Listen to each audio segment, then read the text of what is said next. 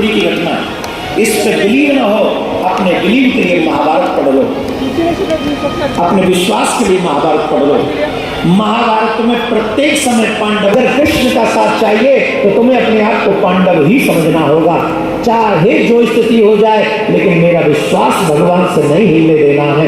यही दृढ़ विश्वास पांडवों का था, यही अपना बना लो। अंबिकापुर में भी हस्तिनापुर बन जाएगा और तुम जहां रहोगे वही द्वारकापुरी बन जाएगा। जोर से बोलना पड़ेगा। ये पूतना करने क्या है?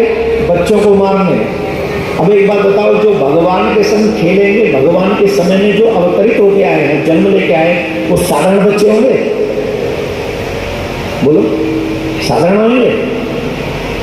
एक से एक भजनानंदी, एक से एक तपस्वी जो उस समय बालक बन के आए होंगे, तो भगवान अपने भक्तों को ऐसे पूतना के हवाले कर देंगे। ठाकुर जी बोले कि ये भक्तों के पास जाए उससे पहले अपने ही पास बुला लेता हूँ। तो ठाकुर जी ने वाको मन मोहित किया और सीधी यशोदा जी के आंगन की तरफ चली आई। बड़ा रूप बना के आई थी, बड़ी मलुकानी सी बन के आई थी, बड़ी काजल बिल्ली लगा के, गजरा वजरा बांध के, महाराज पूरा, मतलब समझ रहे ना। अच्छा बताओ, भाइयों के श्रृंगार में देर होती है कि माताओं के में? है जी, जोर से बोलो। खबरदार पत्नी के आगे मत कह देना ये बात। हाँ, वैसे देखिए बताओ, तुम्हें देर तो नहीं होती ना तैयार होने में? 2 मिनट वो थोड़ा साड़ी वाड़ी बांधने में टाइम लगता है, नहीं तो कोई, ये तो 2 मिनट का खाना। या फिर वो जो पीछे बंद बातनी बाल बूल कर करके, और उसमें जो वो डलवाती है ना, क्या बोलते हैं उसको, सीधे स्ट्रेट बाल होते हैं, उनमें भी वो कुछ करवाती है ना, वो घुमा घुमा के, क्या होते हैं वो, प्राकृतिक नहीं होते, जबरदस्ती करवाती हूँ मशीन से। नहीं, जो यहाँ बैठी उनसे नहीं कह रहा हूँ, आप बहुत अच्छी है, बहुत, मैंने आप जैसी देवी ना।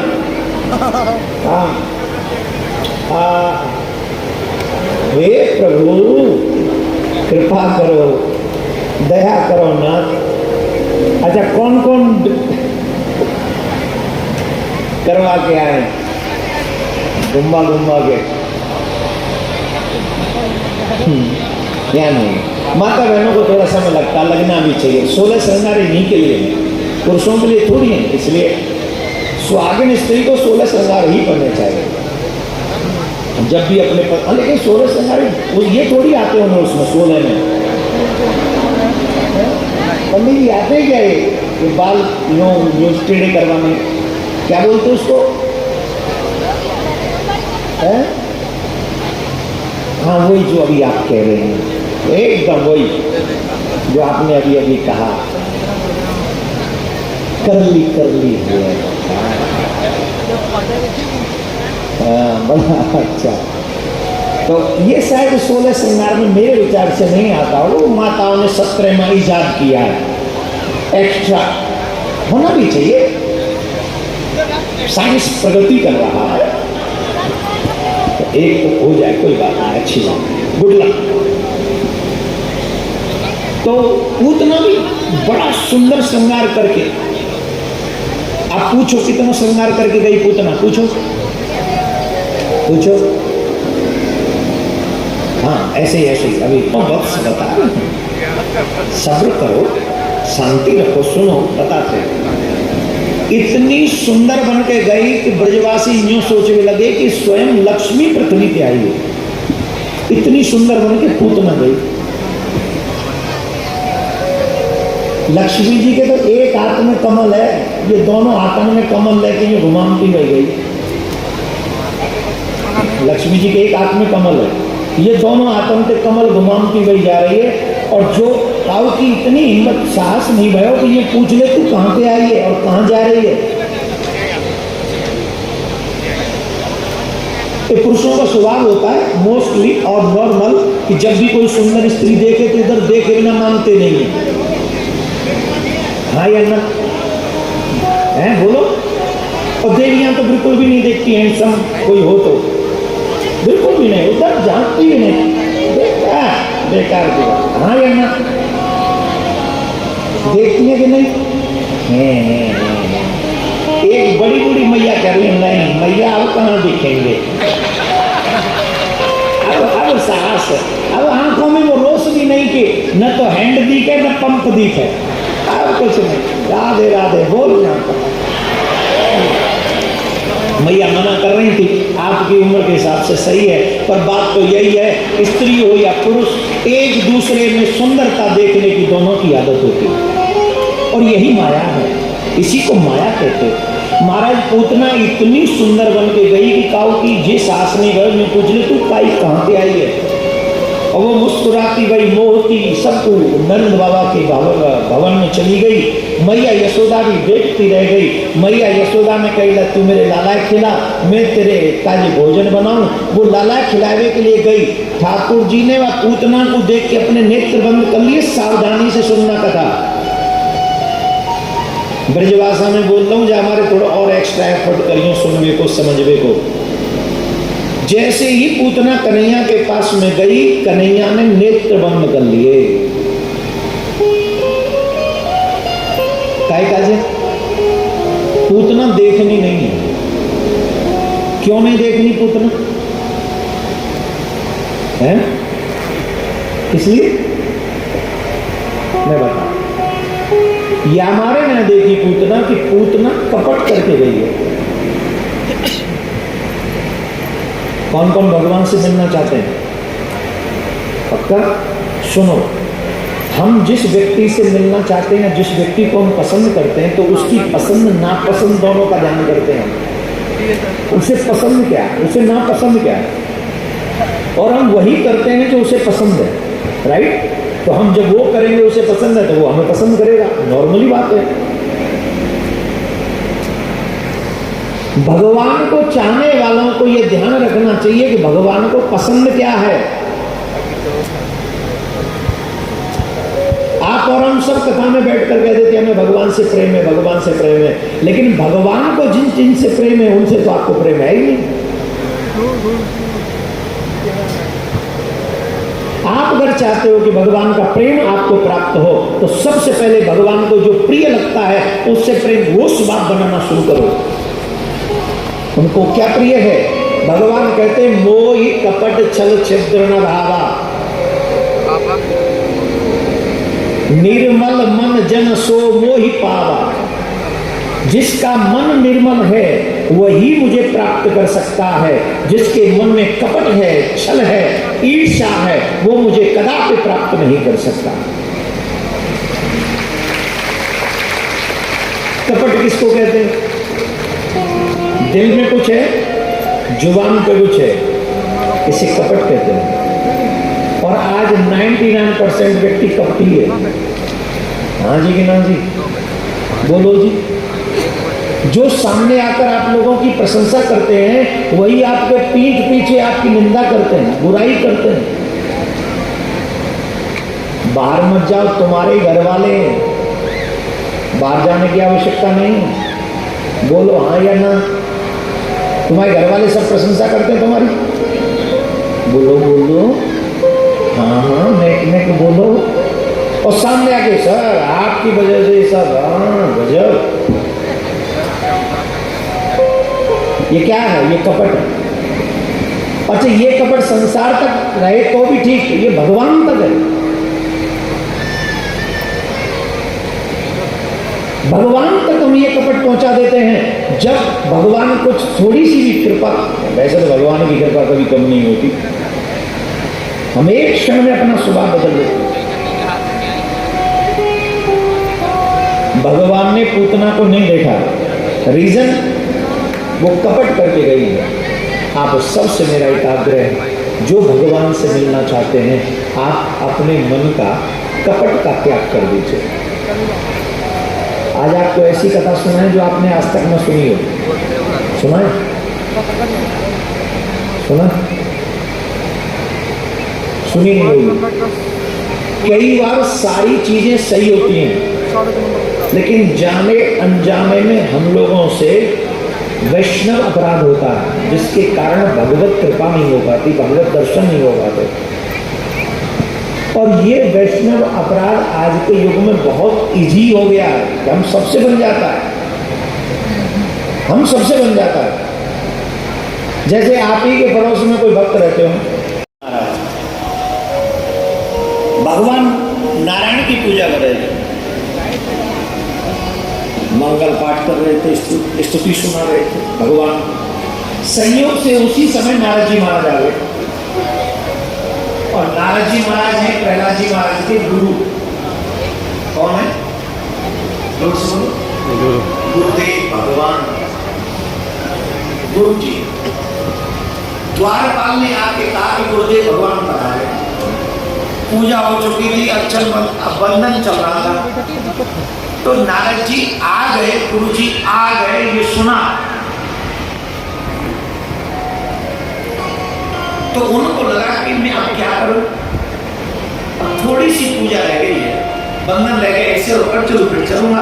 तो इशारा ही कर दिया, बोले नहीं, इशारा कर दिया उनको, आदर से बैठा लो, मैं आता हूं। वो बैठ गए, उन्होंने जाके बैठा ला, वो बैठ गए। लेकिन क्योंकि बंधन करना ही था, स्तुति पूरी करनी थी, वो स्तोत्र पूरा करना था, तो उसमें समय लग गया। समय लगा तो नारद जी को इस बात का कोई बुरा भी नहीं लगा, लेकिन नारद जी चले गए, जाना होगा, शीघ्रता में होंगे, और वैसे भी नारद जी तो 2.5 घड़ी से ज्यादा कहीं रुकते नहीं, चले गए। अब देखना, बताइए प्रहलाद जी ने अपराध किया नारद जी का? बोलिए, कोई अपराध किया? नहीं। नारद जी ने अपराध माना? नहीं। लेकिन ये वैष्णव अपराध हो गया।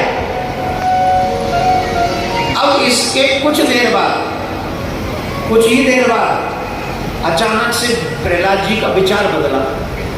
हाय हाय हाय, मैं तो कैसा अधम हूं। ध्यान से सुनना, ये प्रहलाद जी की बात बता रहा हूं, किसी और की नहीं। हाय, मैं कितना अधम हूं, जिन्होंने मेरे चाचा को मारा, जिन्होंने मेरे पिताजी को मारा, मैं उन्हीं की भक्ति कर रहा हूं। होना तो ये चाहिए कि जिन्होंने चाचा को, पिता को मारा है, मुझे उनसे बदला लेना चाहिए। श्रेष्ठ वंशज वही है जो अपने पितरों का, अपने पूर्वजों का बदला ले। अरे ये नारायण तो हमेशा से ही राक्षसों के शत्रु रहे, और मैं राक्षस पुत्र होते हुए, दैत्य पुत्र होते हुए इनकी पूजा करता हूं। प्रहलाद जी बोले नहीं, बस हो चुका, घंटा बजा दिया, सेना तैयार हो गई। बोलो कहो महाराज? बोले सुनो, अच्छा सेना भी वैसे राक्षस, तो राक्षस कईयों को लड़ने में बड़ा मन लगता है, ये राक्षस होनी में से इनको तो लड़ना भिड़ना ही चाहिए होता है। तो ये बोले ये प्रहलाद जी अच्छे भक्त आ गए, यहाँ तो लड़ने बढ़ने का मौका ही नहीं मिलता है, बेकार ये ताकत डोले शोले बढ़ा रखे उन्होंने, बेकार है, तो किसी काम के नहीं।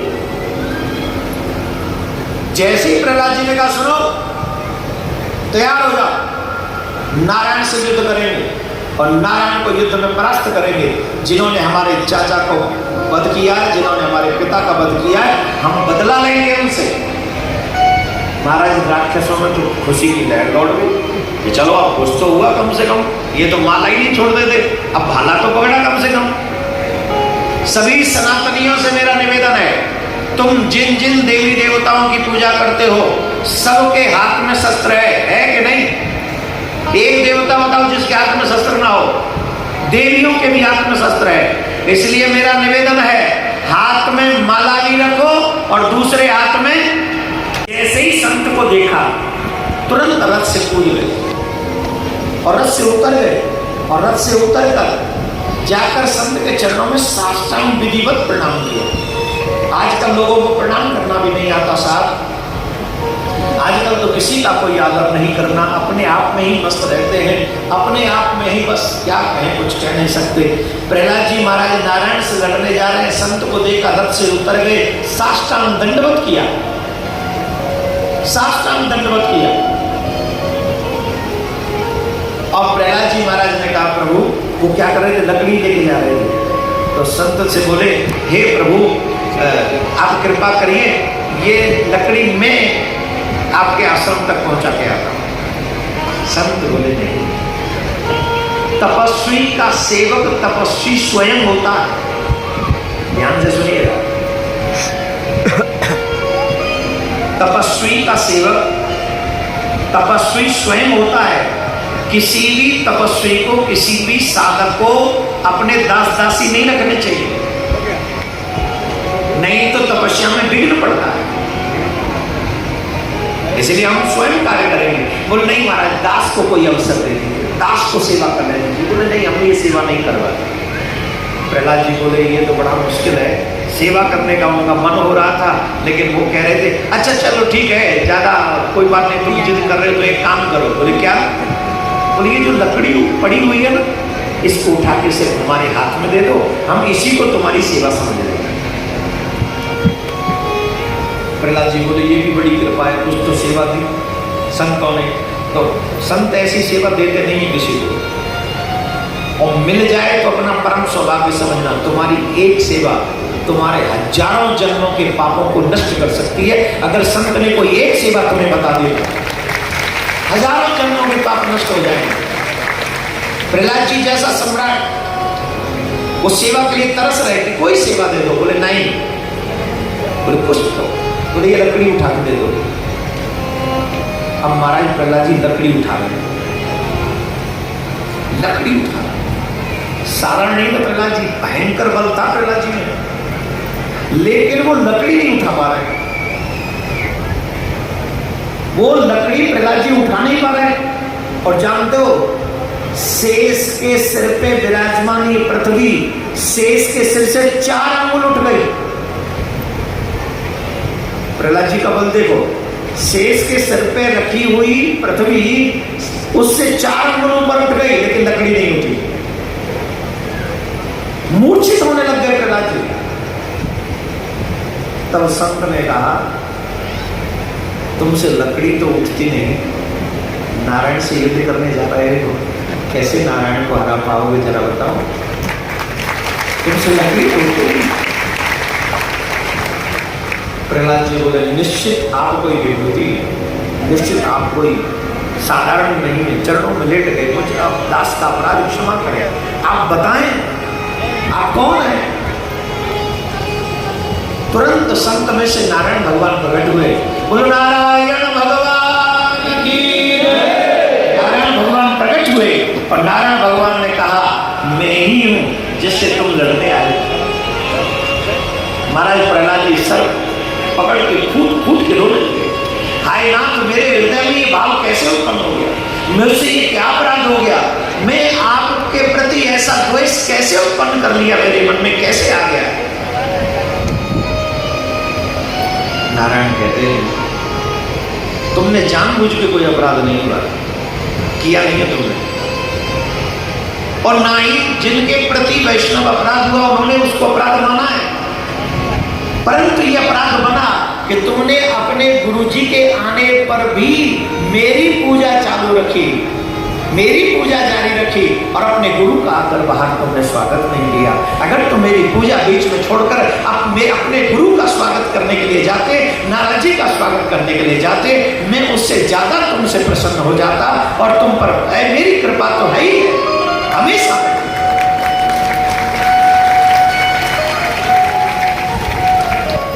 अब बताइए, प्रहलाद जी ने कोई अपराध किया नहीं,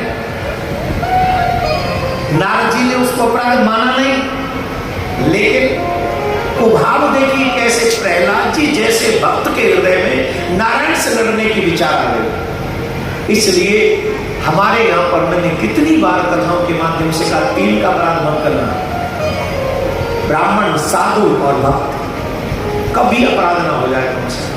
भगवान की कृपा पानी है, भगवान का दर्शन पाना है, तो उनके प्रति तुम्हें हमेशा जागरूक रहना चाहिए। कैसे भी हमसे उनकी सेवा बन जाए, उनका अपराध हमसे न बन पाए, ऐसा भाव रखो।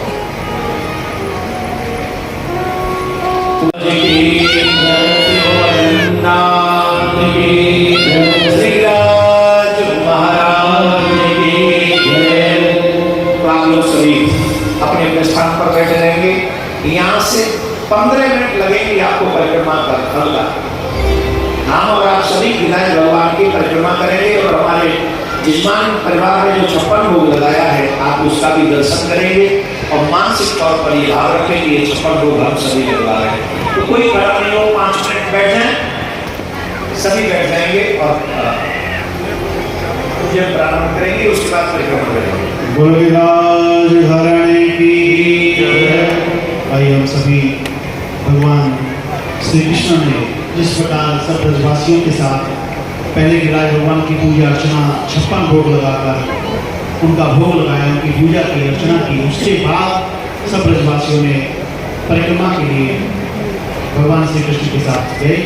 तो उसी प्रकार हम भी पहले भगवान का भोग लगाएं, पूजा करें, अर्चना करें और भगवान की परिक्रमा, यानी यहाँ से जाना, एक दिन जाना, एक दिन आना और एक दिन वहाँ, कम से कम 3 दिन लगेंगे, लेकिन यहाँ मात्र 3 से 5 मिनट के बाद ही आपको ये परिक्रमा का लाभ प्राप्त होगा। तो आइए पहले जिस प्रकार भगवान श्री कृष्ण ने पूजा की, उसी प्रकार पहले हमारा यजमान परिवार, उनसे निवेदन है वो मंच पर आएंगे, भगवान का पूजन करेंगे और आपके बीच में हमारे कार्यकर्ता हैं, तो जिनको जो भी गिरिराज भगवान के चरण